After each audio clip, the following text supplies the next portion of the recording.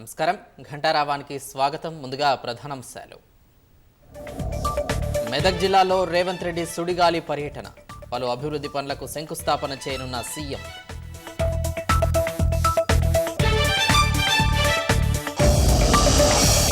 ఫిర్యాదుదారుడు దానకిషోర్ వాంగ్మూలం నమోదు, వివరాల ఆధారంగా కేటీఆర్కు నోటీసులు ఇచ్చే అవకాశం.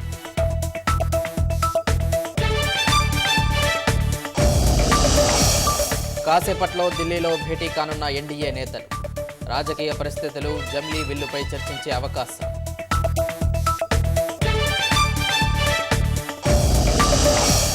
జమ్మూ కాశ్మీర్, హిమాచల్ ప్రదేశ్లో భారీగా హిమపాతం, వాహనాలు అదుపు తప్పి 24 గంటల్లో 4 మృతి.